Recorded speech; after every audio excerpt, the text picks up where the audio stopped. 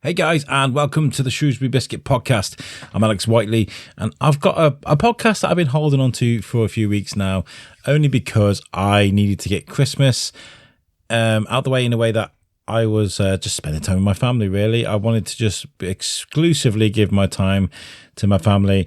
And then, January started and then work started, and I held on to this podcast. I was kind of like, when do I release it? Do I release it? Do I re-record it? But I've listened back to it and it's really good. So I'm going to share it. It's not time sensitive, but it's a really good introduction to my guest and what she does. And I'm talking about Sian Brennan-Todd, who's a great advocate for dance, cheerleaders, and she does an amazing job. And I'm really happy with this interview. So I'm glad that I'm going to be sharing it with you. I spoke to Sian about this. It's just one of those things. Like I'm trying to figure out how the podcast fits in with my new job and my new life and stuff. So it's kind of like trying to figure things out. Now, listen. I'm not going anywhere. The podcast isn't going anywhere, and things are going to become more consistent. I had a meeting yesterday with a brand new co-host that's going to join the show. You're going to find out more about that in a couple of weeks. I don't just want to blurt it out here on the air. I want to do a proper introduction to the new co-host of the Shrewsbury Biscuit. We've got so many amazing plans, and I'm glad to say that I'm going to have, hopefully in the next few weeks, podcasts booked right up until June. So consistency is key with the show from going forward. There's loads to look forward to. I've got podcasts for the next 3 weeks lined up, and then more so afterwards. So let's do this. 2025, the Shrewsbury Biscuit is here, and let's start off with a great guest. Sian Brennan-Todd, take it away.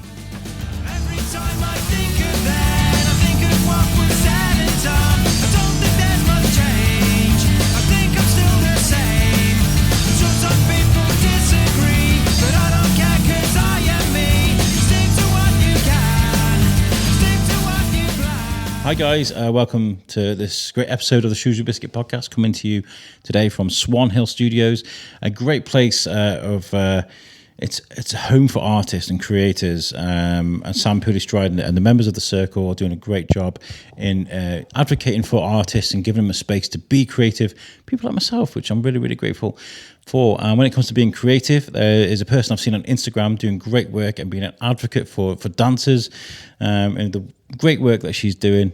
Sian Brennan-Todd, thank you so much for coming on the show. Thank you very much for having me. It's lovely to finally meet you after a few trials over the last few months. We finally get together. I know. And it's really hard sometimes to plan things and get things together. You must know, you travel up and down the country doing these things. We've all got tight schedules, but life is one of the most difficult things. You know, I've been in between jobs. I'm quite vocal about my life kind of fell apart for a little bit there, but I'm picking it back up, and it's nice to be able to finally get to see you. And 'cause I think the work you've been doing is incredible. Thank you so much. It's been a journey. I moved back from Australia 2 years ago. Oh, really? Yes, we've been living over there for the 6 years before that. And I'd never been to Shrewsbury, never been to Shropshire, and came back with my husband's work. And it's beautiful and I love it, which is very lucky. You know, we're enjoying it here. And it's great. I just love how rural it is. There's a lot going on, but it's just gorgeous, and we've really settled. It's a very nice place to be, and as you say, very busy with work. My job as a presenter and host and MC does sort of take me all over, so Manchester, Birmingham and London last week, all three in 1 week, but it's lovely to be here today in Shrewsbury and have work within this local community. Wonderful. I'm very privileged to be sat with you. What we got to do is we got to go back and we've got to talk about you. Where do you begin? Where does life begin for you? Where do you hail from? So originally from Bristol. So mum and dad are still in Bristol. Absolutely love Bristol. Great place to grow up. And fell in love with dance at a very young age. Started about 3 years old. Just loved it. Absolutely fell in love with it. And it became, my passion. And then was very lucky.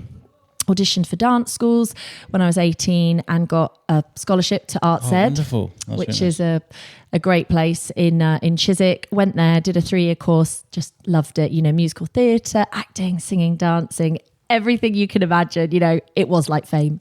Lots of singing in the cafeteria. And just imagine it, walking through the halls of a performing arts school, just like people hanging off the walls, and yeah, and it really was like that. It really was. It was a lot of fun, but it did instill a huge amount of discipline.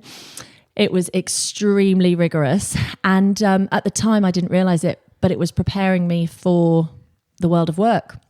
And if you were late, you were sent home. There was no ifs or buts. You had to come in a full face of makeup every day, false eyelashes, absolutely everything, in case casting directors were there or anybody was out and about. And it taught me a lot in a very short space of time. And I just loved it. I absolutely loved it. And I was, really fortunate when I left. I got an agent, I got work, and it was very varied. And then a bit of a turning point was I got asked to cheerlead over in America. And so I didn't know anything about cheerleading at all. And anyway, went out to America, was very lucky, got taken out there, and was choreographing for a team. And then with that, they then asked me if I would become a cheerleader. So I started cheerleading out in America. And yeah, that sort of changed the trajectory really of the career, because cheerleading became front and center.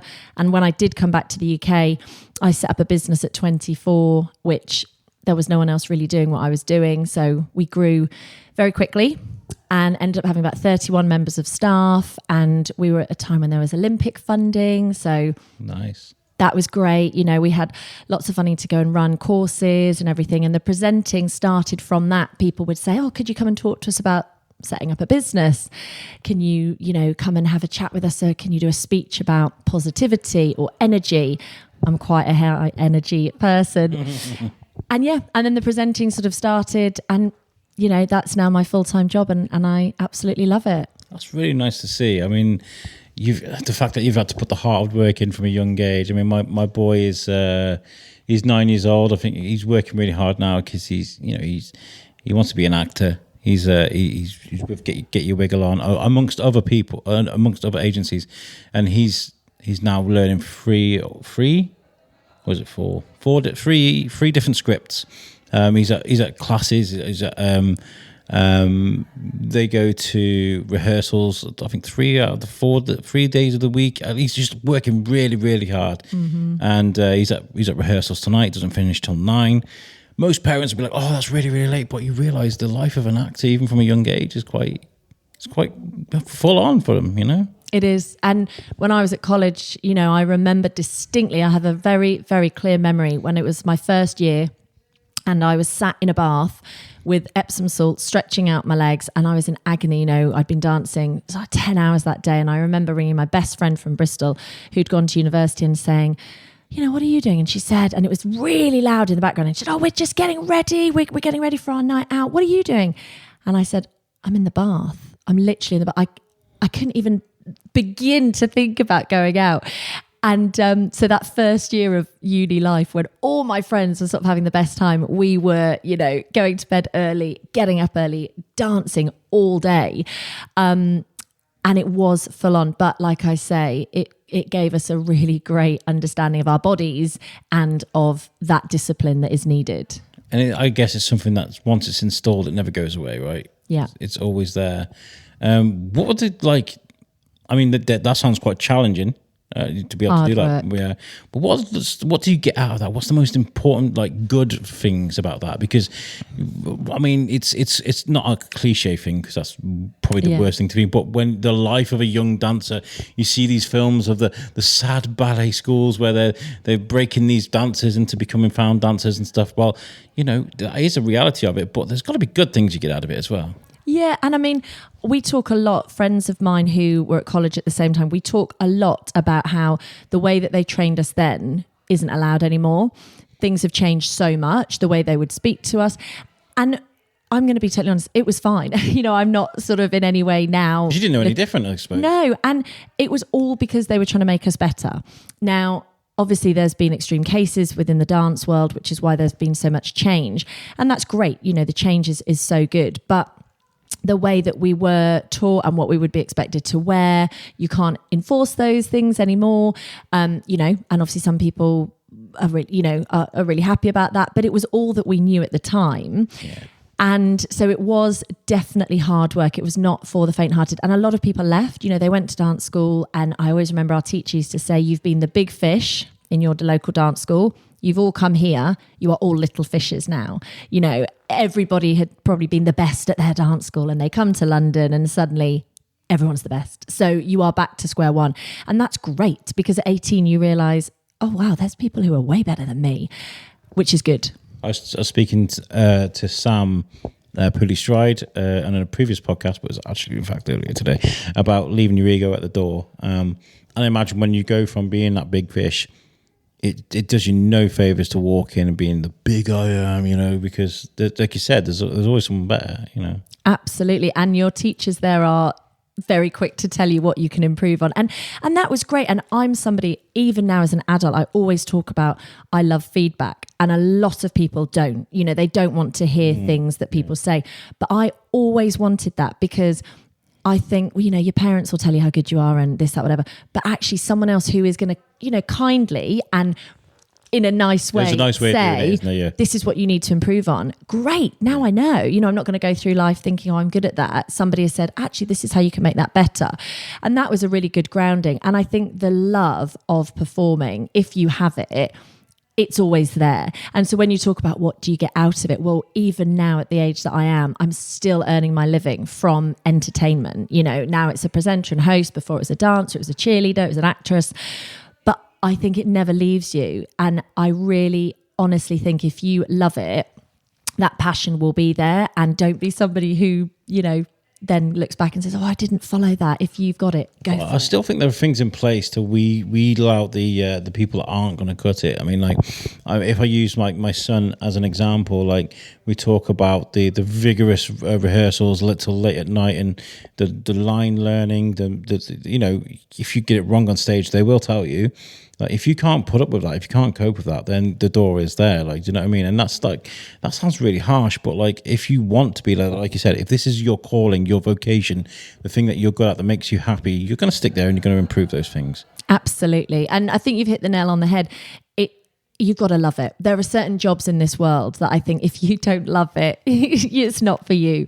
And I think definitely in the performing arts, often when you first start, the pay is not great. It can, get a lot better, but you're often doing it because you just love it. And you'll do other jobs that you hate to fund the fact that you want to be a performer and a dancer.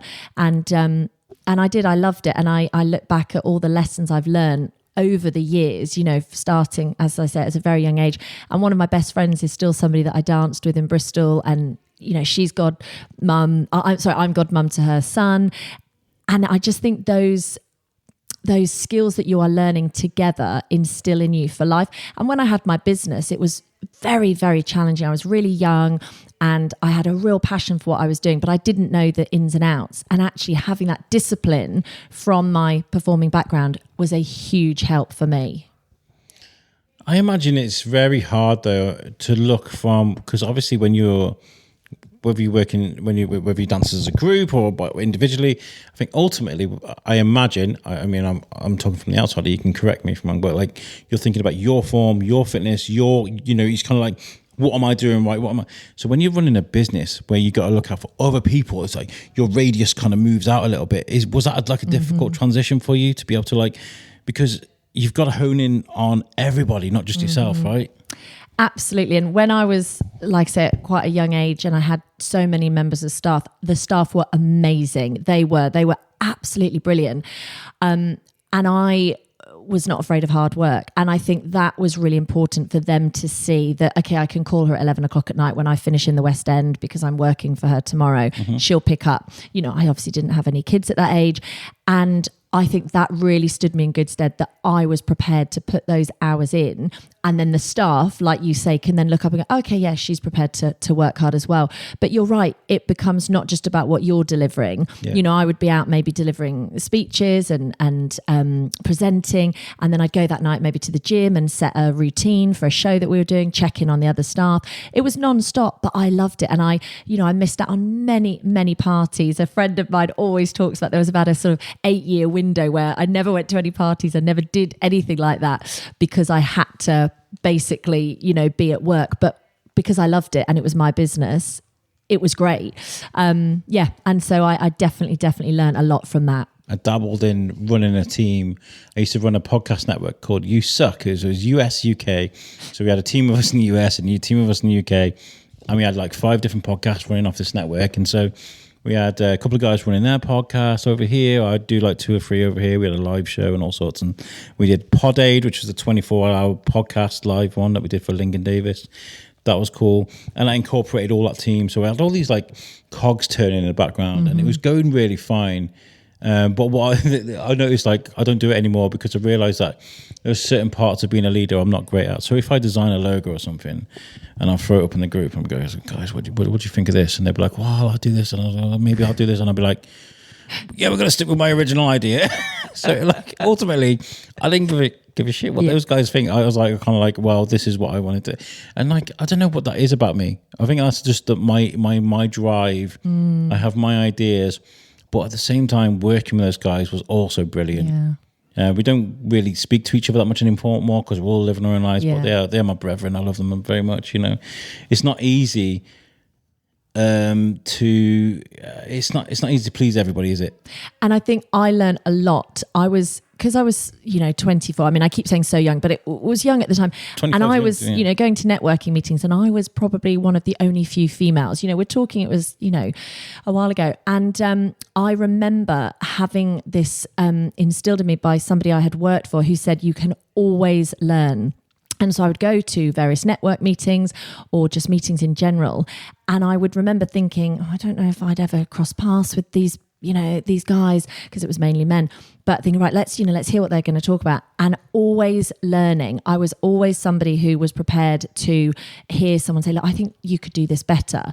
I like to think, and obviously there were some times where, like you say, you'll have to be like, no, it's got to be this way because of X, Y, Z.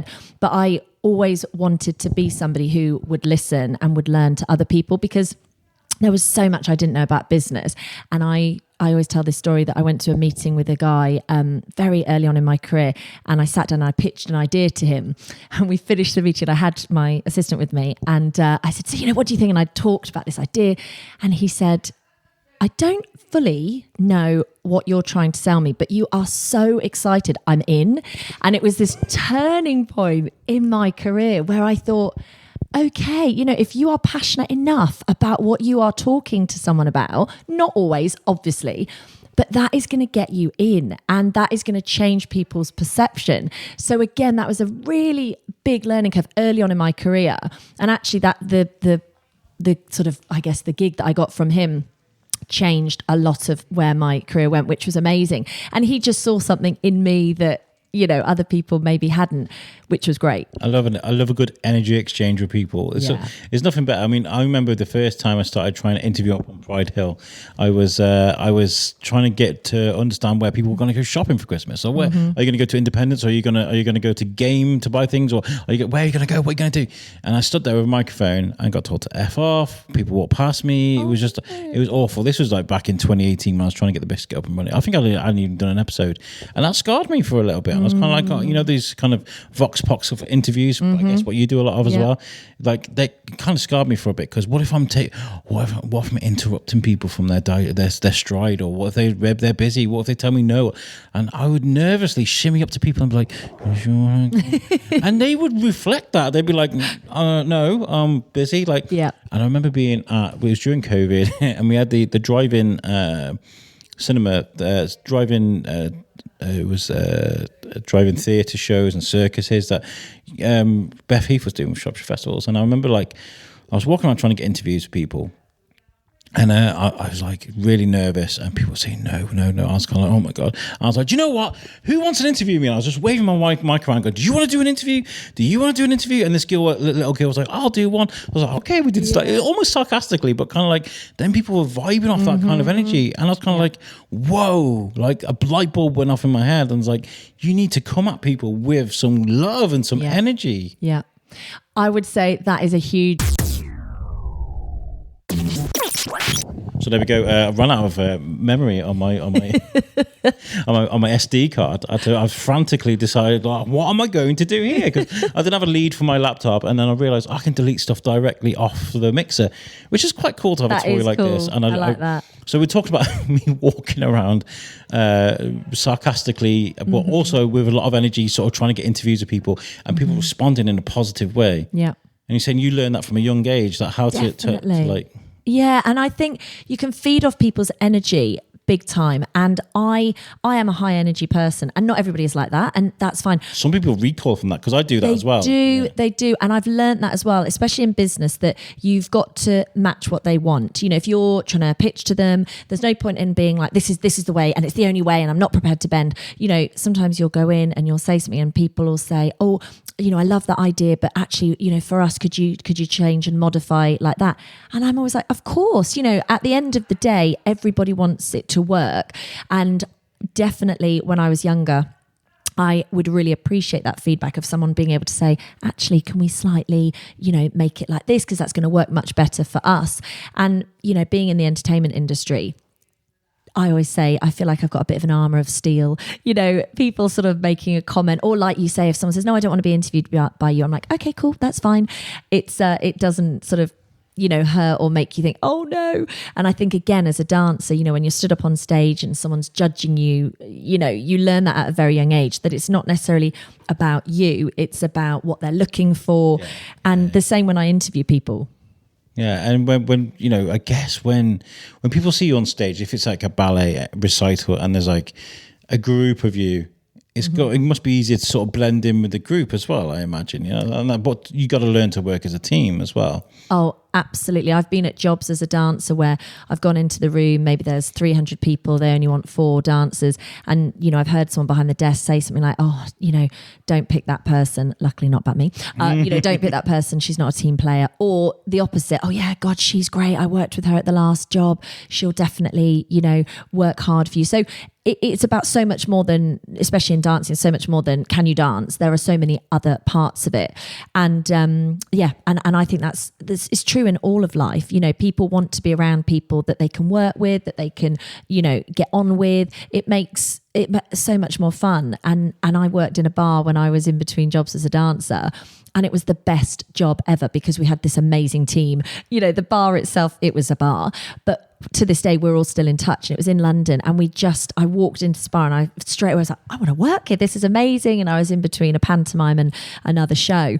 And I went and worked there for 4 months. It was probably the best 4 months ever, purely because of the team of people that were there. It makes a huge difference. I mean, I was sat in an office the other day. I work in a factory because I went from 9.5 years as a support worker to a job where I can just switch off, and go home. And oh my God, it's the best feeling, right? But it helps that I work with nice people. I'm sat around and we're all bantering and chatting, and I'm looking at these people. I'm thinking, I like these people. Yeah, it may change. I don't know, but at the moment, I'm feeling really happy, and that's really, really important. And then the efficiency then becomes better, doesn't it? If you're happy with what you're doing and who you're doing it with, then the passion's going to flow, and that's really, really important. And like I said, in all aspects of life, you know, if you don't like something on a menu, you're not going to order it, are you? If you eat something, you're going to try it. So yeah, it's really important to keep the passion going. Now, when it comes to like dance, and it's something that's really physical and takes a lot of work, the choreography has to be like fine, absolutely fine. How do you keep at it on the bad days when you're feeling fed up, or you don't want to do it, or maybe you're a bit achy? How do you keep going? Well, I think it's the same in dance, and even now as a presenter, it's the same, that not every day you wake up thinking, wow, let's go for this. But I am such a big advocate of positivity and gratitude. And when I was in Australia, I did a course on gratitude, and it was amazing. I was with a guy who I was at a health retreat. My best friend had taken me in her way, and he did a whole seminar on gratitude. And I remember sitting there thinking, gratitude, a whole hour on that. I'm not sure about this. And it totally transformed my brain. I did this hour, and I still follow this guy, James Carson, his name is, and he's just brilliant. And he talked about when you wake up in the morning, you don't always wake up feeling great. Some days you do, but you really some days wake up and think, oh, I've got that to do today, or something's weighing on your mind. But it's just pausing and going, okay, what am I grateful for? And when he first said it, I sort of thought, what? I'm not sure about this. But he then went on, and obviously it was, a long talk, seminar. But it really was brilliant, and it changed the way I look at things, because like you say, when you have to perform in front of people, sometimes you're thinking, I really don't want to do this, or I'm really not in the mood, or the crowd aren't great, or, if I'm hosting an event, if people, aren't really listening, and you sort of think, oh no. But actually you've got to think, no, I'm really grateful for what's happening. I love my job, and it's going to get better. And I really believe that positivity feeds off positivity. So if people are negative and you're surrounded by other negative people, that is going to feed in. Whereas if you're positive, you can have that ripple effect. Yeah, and I feel like that makes it easier to go and do the negative things. Absolutely. If you, I'm trying to find the name of a gentleman. I used to do interviews with a TV guest expert in America when we did USUC, and they would send us out authors, and there's a gentleman that created holistic teas in America, and I interviewed him twice, and I can't believe I've forgotten his name.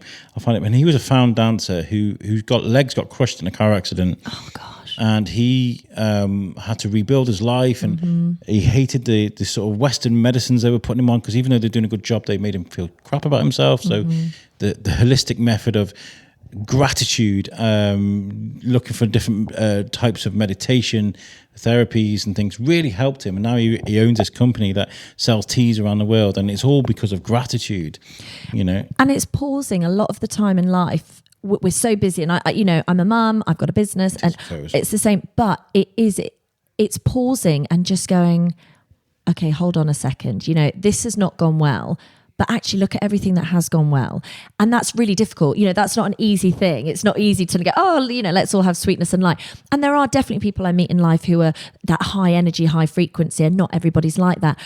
But it is really important that within yourself, you have that self-confidence, that self-belief. You're going to get through this. And that is something that I think you can teach yourself. People say, well, I'm just not a confident person. But that is a skill that you can teach yourself. And the more you say you're not confident or you're not good at something, the more you will become in that mindset. It's a mindset, absolutely. I mean, I have social anxiety. This morning, we got a friend staying over. I was like, if you see me pacing, if you see me change my clothes or my hat, that's like normal, because I struggle with going, like there's some interviewing lots of women artists next door and interviewing, they're having coffee, they're having tea, interview, that's what I'm saying. But behind a microphone, I'm boss. I can do this. I've got swagger behind a microphone. Yeah. It's weird, isn't it? When we're in our zone and in our focus and in our bubble that we belong in, we kind of do what we do. I remember being at MCM Comic Con years ago. It was like I did. I got all these podcasts with like weird names, but I had a podcast called Thor's Kin Podcast. It was a cheeky little podcast I used to do, and it was like all geek culture. And I got invited to MCM to do like panels and interview people and stuff. It was amazing. And I remember I'd never been to a Comic-Con before, didn't know what to expect. We rushed there, the traffic was bad. And then I rushed through the hall. I was like, oh my God, I'm running late. What's going on? And then I had to remind myself, stop. Yeah. Look where you are, right? And I'm rushing. Anyway, I get to the green room. I'm expecting them to be really negative with me because I don't know why. I thought they'd be like, people can be with the press. I was kind of like, and they were like, here's the Wi-Fi password. Yeah. So there's a food set up there. You can have some food as well. We're happy to see you.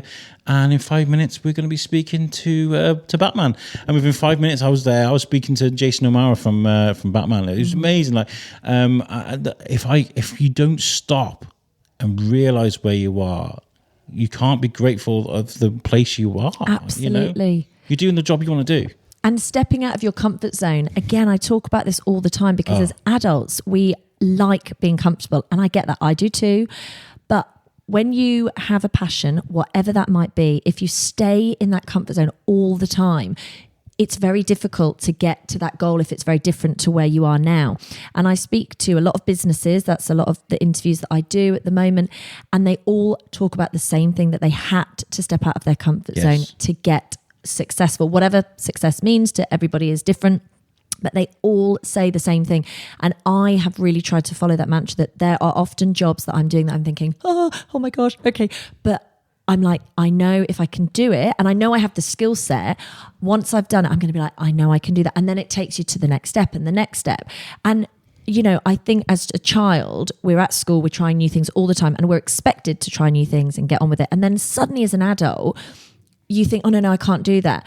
And I think people are often worried they're going to make a mistake, they're going to look foolish. Whereas I'm a bit like, oh, if I do it wrong, I'll apologise, and then I'll find out a good way to do it.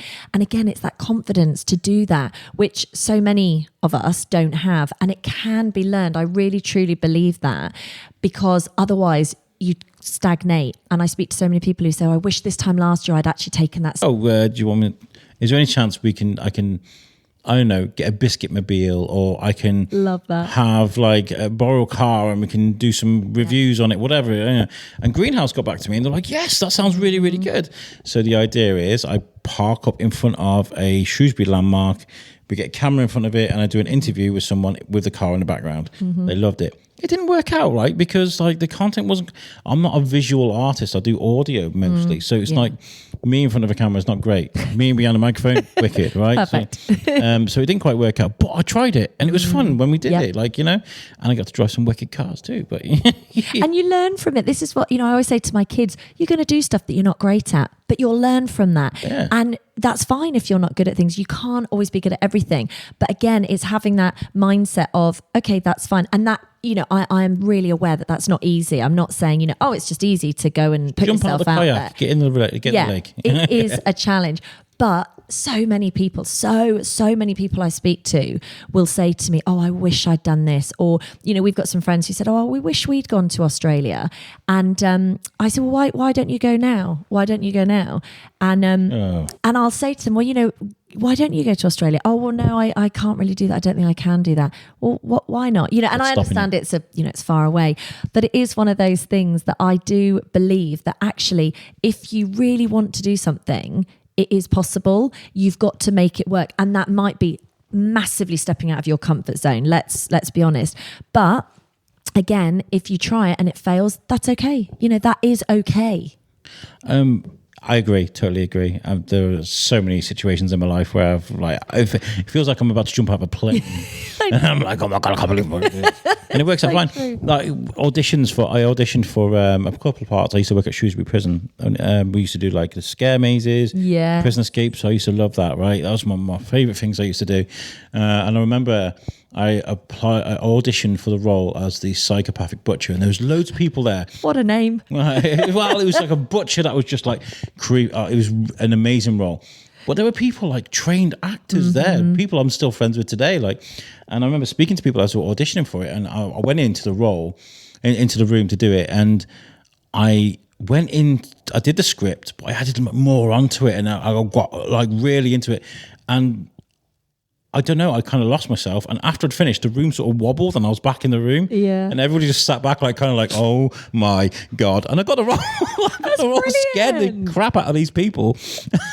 I love that. Went a bit too psycho. Well, it worked. It worked. You got that role. And oh my God, it was the best fun I had. That was one of the greatest, because they'd come into my butchers and I had these knives and I had like a faux brain and stuff. Oh my it was gosh. Great. And I got to get really nose to nose with people and just breathe on them and stuff. It'd just be really creepy.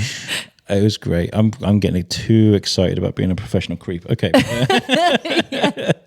But it's true, had you not done that and really believed in yourself, then, it wouldn't have happened. And I don't like the thought of missed opportunities, whether it's for me or for someone else as well. I'm a big advocate of my friends if they sort of ring me and say, oh, there's this job and I don't know. And I'm like, go, do you want to do it? That's the first, do you want to do it? If you're, go for it. What is the worst happening? You won't get it. Exactly. You'll be where you are now.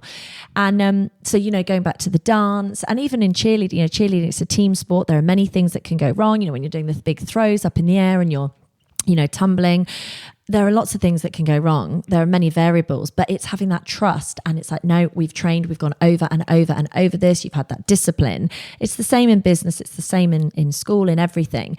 And it's not always the easy part. People now will maybe look, oh, she's at that, she's presented at this, or, it's very glamorous and this is happening. But a lot of the work behind the scenes is often not so glamorous. And that is the tedious discipline that's required to then do the super fun part of it. It's mad as well when like people see someone stood there with a microphone. They're going to do one or two things. They're either going to reel away, or they're going to come at you. And I love to go towards people like we talk about energy exchange that will sort of reel away, but also I speak to so many people on the podcast that are like really nervous. They'll be like, oh, I don't know about that. Like, I'm not very good at talking. I get nervous. And within 5 minutes of sitting with me, they're relaxed. Yeah. So sometimes it's good to try and, the people that walk away just kind of come back a bit because they got interesting stories. Always. I mean, some of the people I've interviewed, again, I've sat there and thought, oh, I'm not sure how this is going to go. And they have the best stories. And I love that when your mindset changes. And I've interviewed lots of musicians and at things at festivals, and often they're busy and you sort of sit down with them, and sometimes if you talk to them but then you get them on something that they're really passionate about outside of the music, they open up, yeah. That's it, suddenly they'll talk to you for ages, and everyone's like, keep going, we want more footage. And I love that side of it. And the other thing is that everyone has something to offer. And again, it goes back to that, self-confidence and self-belief. But when I interview, whether it's a member of the public at a function or, a celebrity, everyone has something to offer. And it's understanding and letting them know that as well, because sometimes people think, oh, well, I haven't really got anything interesting to say. Of course you do. You're a person, you've lived a life, and there is always something interesting from anybody. You just need to find what it is they're passionate about, what it is they want to talk about, that they're open to as well. Yeah. And I remember I was at the flower show. I think it was 2019, possibly 2019. I was with Shane, my ex-co-host. Big shout out to Shane, much love, buddy. And the woman that was running the flower show, she was like, would you mind interviewing Scouting for Girls? And I was like, sure. Okay then. And I was like, and she walked away and I was like, oh my God, what are we going to do? I was like, I used to love Scouting for Girls, honestly. So we sat down, we had something to eat, I had a beer, and I was writing down all these like questions. I was scrolling like page after page after page. I was like, oh my God. And we went backstage and I was thinking, these are rock stars and they're going to be like, oh, what do you want, press man? But again, inside my own head, anxiety, I understand all these things now. But I got there and they're like, all right, mate, how's it going? Yeah, you're all right. And they were lovely. It was a really good interview. I didn't need my notes. We just went, and that's like listening to people is so, so important when you're interviewing someone, because even if you've got your notes, even if you've got a plan of what you want to get, the follow-on question, it's got to be relevant to what they've just said. You can't be like, it's a good skill to have. I wanted to ask you about sort of like your first sort of, when it comes to presenting, your first sort of shows, when they start coming in, those first jobs for you. How were they for you? Were they a challenge? Were they difficult? Were they great successes? Were you terrible? Were you good? I mean, how was that for you? I'm sure I've been terrible in many, many jobs, but I've always really enjoyed it. And I sort of fell into presenting in terms of when the business was up and running, people would say, oh, could you come and talk to us about this? And then at that event, someone would say, oh, could you present this award show? We've got a hair award show. Could you do that? So it's sort of very organic. And I remember snowballed in a little bit. Yeah, absolutely. And in my profession, I remember somebody very early on, a producer saying to, there was a couple of us there that were presenters saying, there will never, ever be a presenting job advertised. You will never be able to apply like you would for a teacher or, an office worker. It will be your name in a room that somebody is talking about, and you've maybe just done a job with someone, or you're at a job. And I did an event actually on Saturday night. This is a prime example. I did an event on a Saturday night, an award show, and from that I've already, someone who was at that, they are having an award show in May, and they've just booked me for that literally between Saturday and then. So and we're back with part 3 of this podcast. I don't know what's going on with my mixer. It keeps filling up. Oh my gosh. We are. So I think we rambled on for another 5 minutes after that, but we'll go with you getting jobs from a producer, from one job to another, which is incredible, by the way. That's great work. So this, I mean, organically, that sounds like a great idea. I mean, but are there like the white whales, the shows that you really want to get involved with? Oh, absolutely. I mean, I remember when I first came back from Australia and someone said to me, what is your dream job? If you could walk into a job now, I was at an event, and straight away I was like, oh, this morning, something like this morning, because it's so varied and everyone is different. And I really enjoy talking to people. I really enjoy that side of it. And with the presenting, a lot of the time you are maybe doing a presentation or you're moderating something, and that's more you speaking to people. But I really do enjoy the interview side of what I do. If I'm at an awards night, I really enjoy the interviews afterwards with people who've done well, people who haven't. And I just feel like a program like this morning is so varied and it's great. And that would be definitely something I would absolutely love to do. I never thought of this morning as a thing that I would. It's not TV that I enjoy, but I think the side that, like I said, I love speaking to people about different cultures. And you're right. This morning, as they talk about health things, they talk about people that have had like family members murdered, or they have like film stars come in, or they. They talk about real life stuff on there. I need to swear then.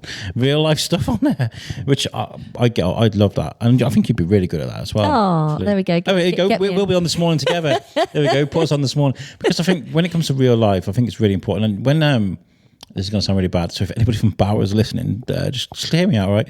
When all the radio stations sort of synergize and you get hits radio, all Bauer, I thought this is going to be terrible. Like, there's no local radio anymore.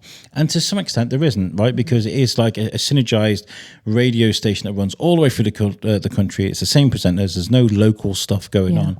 But they're kind of down to earth people. Like, I give them that.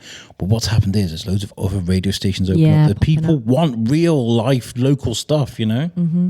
I totally agree.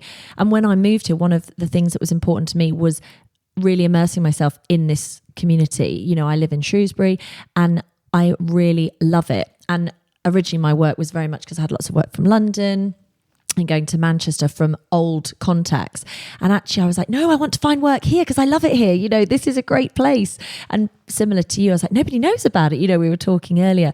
A lot of my friends from Bristol or from London, they're like, Shrewsbury, what? Where is that? And then they come and visit and they're like, wow, this is gorgeous. It's so nice. And so I definitely am somebody who I wanted to, like you say, to build up that community and speak to businesses here, other businesses, female businesses as well. I've spoken at a few of those networking events, which has been great.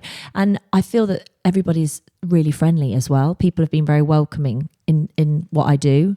Yeah, and one of the origin stories, I guess. It's a big shout out to Andrew from Humans of Shrews, who's like, where did your inspiration from the biscuit come from? And I was like, well, I was walking across Greyfriars Bridge and I saw some students go, oh, that looks amazing. And they stopped and they took out their phones and they took pictures on Greyfriars Bridge. And I was like, I never seen that before. I grew up in Wrexham. Do you know what I mean? Like, we were kind of like, oh yeah, it's Queen's Park. It's like, I never lived in a place where I felt so proud. You're right. People do love living here. And I know we've just had this is going to go out a couple of weeks afterwards, but the horrific incident that someone's broken the Ebenezer Scrooge grave in St. Chad's. But what I love about what's just happened is the uproar. And that just goes to show you that we live in a town where people actually care. Yeah. Because one idiot has gone and done something bad, that will get fixed and people will push to get that fixed. If no one does a crowdfunder for that thing, I'll do it and I'll get it paid because it will. Hit first. Yeah. Well, some of it will get fixed because people love this town, and that's nice. I've got some connections for you. I'll give you some connections for people to speak to because it's really important to have that accessibility when it comes to speaking to people that are in a similar business to you and can sort of help you and you can help them. Collaboration's so important in this town. I was going to say collaboration for me, coming back, like I say, moving from, Australia, very far away, coming back here, and the collaborations that I've been blessed to have so far have been amazing. And you just don't forget, you never forget those people who you've worked with, who have been kind, who have been helpful. And so I think collaboration in business, in life, in everything is absolutely key. Especially in your line of work as well, with dance. You look at dance and you think, oh yeah, dancers, but you need costumes, you need shoes, You need makeup. You need a place somewhere to go and practice. You need a theatre. You need lighting. You need backdrops. You need everything. All these kind of things are people you're going to have to work with. You know this. So like when you're at a show and you can be like, oh, you look amazing tonight. Who's helped you out with that? Who's worked with that people? You know, it's really important. And that's with every single person. We're surrounded by art at the moment. Like, where does Sam Pooley-Stride get her paints from? Where does she get her canvases from? You know, who's she talking to at the moment? Like, it's so important. And people, a lot of what I do as well is people thinking, who are you dressed by? Where are that jewelry? Because I'm so lucky that I get gifted things like that. But somebody has made that. Nobody gives me dresses when I go out. Well, I will give you one of my dresses. I'm happy to share. But you know, somebody has made that and they are giving it to you. And I'm so thankful for all of those things that have happened, because it does enable you to go and do your job and you look more professional, whatever it might be. So it's that full circle. It's always about giving back as well. I feel very much so that, you know, I've been blessed and people have been kind since I've been here. But, you know, I would be the first one to say, right, you know, do you need to borrow this? How can I help you? And friends with work, you know, a lot of the time people are going, oh, can you recommend someone? We need someone to do this. And you can ring your friend, right, you know, are you free for this? I can't do it. Would you like to do that? And I think that is fundamental in life as well, is looking out for other people. It doesn't always, you know, just because you're maybe not getting the job doesn't mean no one else can. Somebody else can succeed, even if it means that you can't do that. And that's hard. It is hard. And especially when you work, okay, so like when it comes to sort of cheerleading, for example, you mentioned you went over to America and cheerleading. Mm-hmm. I imagine like when you've gone over there to America and you've done that, at that time, it's kind of niche here. Back then, whereas now it's massive. It's like I remember I used to work security at Asda in Telford, right? Well, it was a good job. I used to get chased, shoplifted. It was great. Oh, God. But it was great. But the exhibition hall was across the way, and the exhibition centre, and every year they'd have the massive cheerleader show. And ladies, you should see the amount of cheerleaders, people. They'd fill out that exhibition hall. They would. Yeah. So I host those events now. I host nationals. Yeah. So I was I've just been booked to host those at Telford International Centre. But massive, right? Huge. I mean, nationals sold out within 24 hours, which is down in Bournemouth, and I think there was like 20,000 cheerleading spots, and it sold out within 24 hours. And cheerleading now, and I mean, this is why when I talk about my business years ago, this is why I was so lucky, because it was much, much smaller. We all pretty much knew each other. And the other thing that I did was I had boys in my cheer team, because I trained with boys in America. So when I came over here, I had, you know, a co-ed team that was co-ed. We had 12 boys and 12 girls. That was unheard of. So when we sort of walked into our first competition, everybody was, who are these 12 boys, you know? And I was very fortunate. I was working with a school who were brilliant at volleyball. So they were really tall guys, you know, these big, strong volleyball players that were helping with the cheerleading, and they were brilliant. And I then had the first ever all-boy cheer team at a competition. And again, you know, these sort of, I think we had 28, I want to say, walked out onto the floor, no girls, you know, and everyone was like, what? You know, what is this?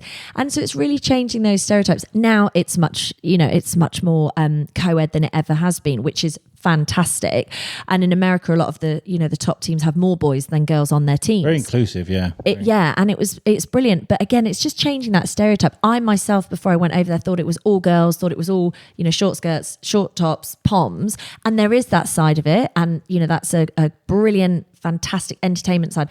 But the competition cheerleading is, you know, very drilled and much more gymnastics based. And and it's just completely different. And it was opening my eyes to that as well, and to see, you know, people being part of a team, working really hard. You get game days, then you're at a competition. It was full on, but a lot of fun. I'll tell you what, is an open. If anybody from the International Centre is listening, I'd love to come along. I would love to come along to a cheer, because I want to see it for myself. Because I used to see these cheerleaders come in and they would fill out the store. They'd be everywhere. So I know that it's big, but I've never seen it. So I think I've got to come and get some interviews. You got to come. I'll sort it out for you. That'd be really good. My best friend, Tom Bruno, big shout out to Tom Bruno in Vermont. His daughter, she's, I think she's a freshman in high school. I may have got that wrong. Sorry if I have. But she's big into a cheerleader now. Her mom takes her up and down the country. Yeah, it's a lot. Cheerleading, and it's a lot, like a huge commitment. So, I mean, if anybody's listening to this and they want to get involved with sort of cheer or dance, you got facilities that can help, right? So I have, I've set up a cheerleading academy, and I did that really for my daughter, who, when we moved back here, I sold my business in Australia when we moved back, and I was actually going to send her to a cheerleading club that I'd heard of, a friend of mine that I had judged with, and I realised that it was going to be sort of an hour round trip, and so I was like, right, okay, I'm just going to set one up. So basically, just did a Facebook ad, and we had quite a lot of kids turned up over the sort of first 3 weeks. We had 40 odd students that came, which is great. And so we run on a Sunday. We can't run every Sunday because of the presenting work that I do. We sort of have weeks where I'm not around, but we run most Sundays in term time. And it's just been brilliant. My daughter obviously loves it, but it's such a good way for people to try a new sport. You know, if they're not a hockey player or a netball player and they don't want to necessarily do traditional sports, they've maybe tried gymnastics, but they don't like the fact that it's on their own. A lot of gymnastics, you know, it's a solo sport. They come into cheerleading, and it is brilliant because it caters for everyone. You know, you need tall people, you need short people, you need, you know, people who are really strong bases, you need people who are really good at jumping. It's such a varied form, and it is a team sport. That's the biggest pull. So you have a mix of age groups, which I love. There's very few sports normally, you know, if you're football, you're under 11s or you're under 12s. And suddenly in cheerleading, you have maybe an age group of about 4 or 5 years, which is what gets set by the event providers. And so it's lovely because you have these girls come up together and yeah. And so it is. So it's, you know, it's a new academy that we've started, but I do love it. It's Shrewsbury Cheer, Dance and Gym Academy. And I absolutely love it. And it's a great way, again, to, you know, have something in the community of a skill that I've learned over the years. I imagine it's quite liberating as well, though, for, for a young girl that's a bit timid, a bit shy, and then she does her first springboard back flip or whatever, you know, and imagine that could be, that must be nice to see. It's amazing. I always say that it's so much about believing in themselves, and it's not just about on the mats. You know, I talk a lot when I had a team down south before we moved to Australia, and they were national champions for 5 years in a row, which was really unusual, and they were amazing. A lot of those kids had done all the 5 years.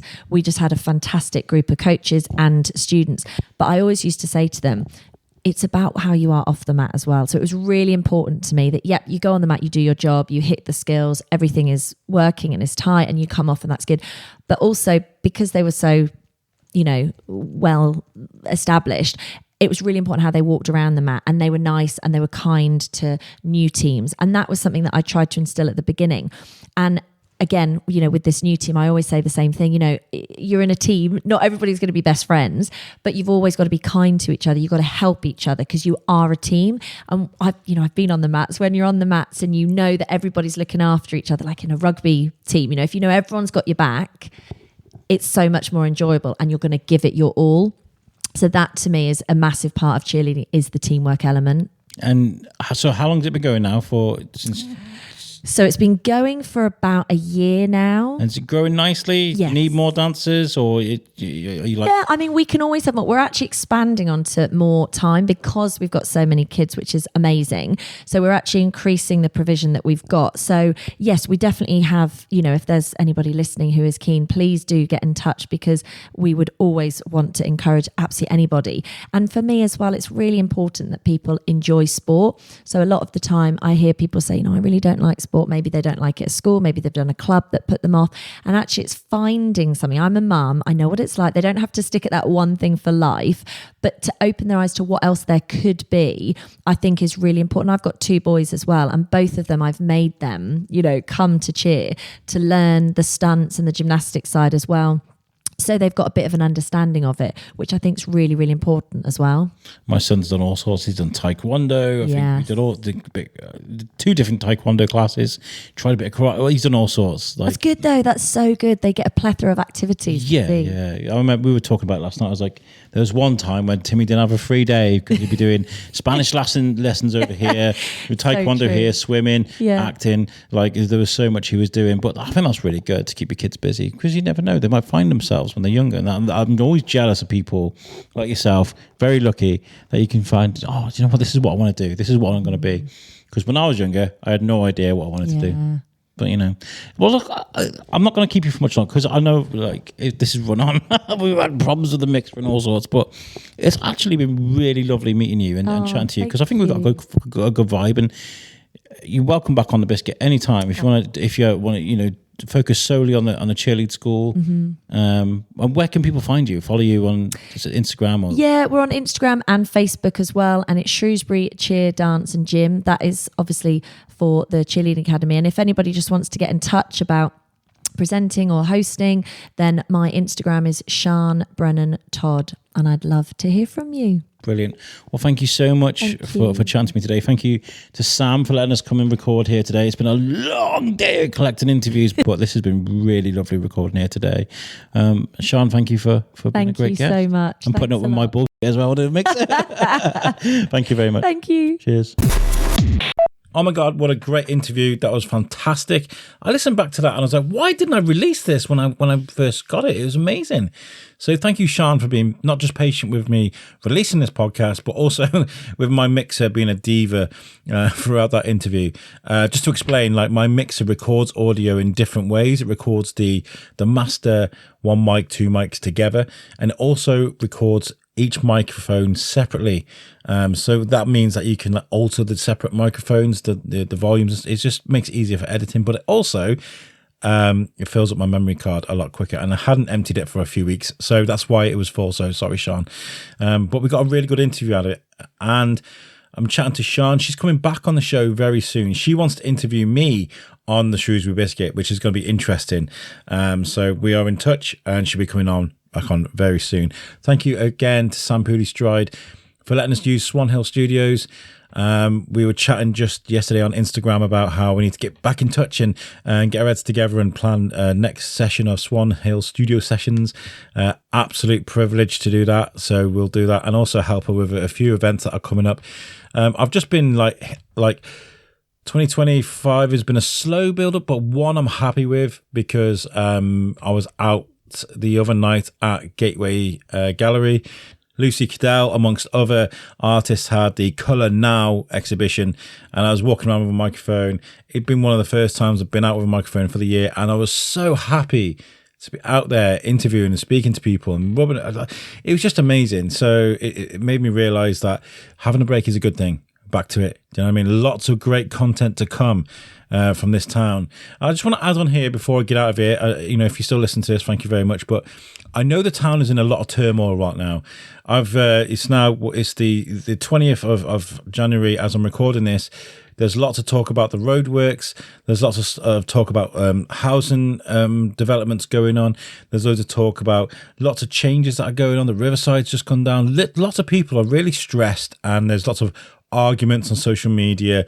There's lots of disagreements, debate, and I'm wondering if the Biscuit can help in any way. If anybody's listening to this and they're part of that development, or you're somebody with concerns, maybe we can put some content together to put some of the myths to rest. Maybe we can, find ways of debating these things in a sensible manner that isn't a Facebook thread where insults get thrown around and stuff. Maybe there's a healthy way to discuss all this to put your minds at ease. If you're listening to this and you're part of any of this and you want to come on the Shrewsbury Biscuit and we can put this all to rest and we can have healthy discussions about it, please get in touch. Really, really eager to get involved with this. I do have a plan in place to talk about housing, and that is coming very, very soon. But I'm interested in finding ways to help this community and get in amongst the community and help people. So please get in touch if you want to be a part of that. Right, the next episode you're going to listen to is from next week is going to be a brand new restaurant. Well, that's about a month old, but it's new to Shrewsbury, Elephant Underground. That's what's coming next week. Thank you for tuning in. You guys are great. Have a great week. Peace out. Every time I think of that, I think of what was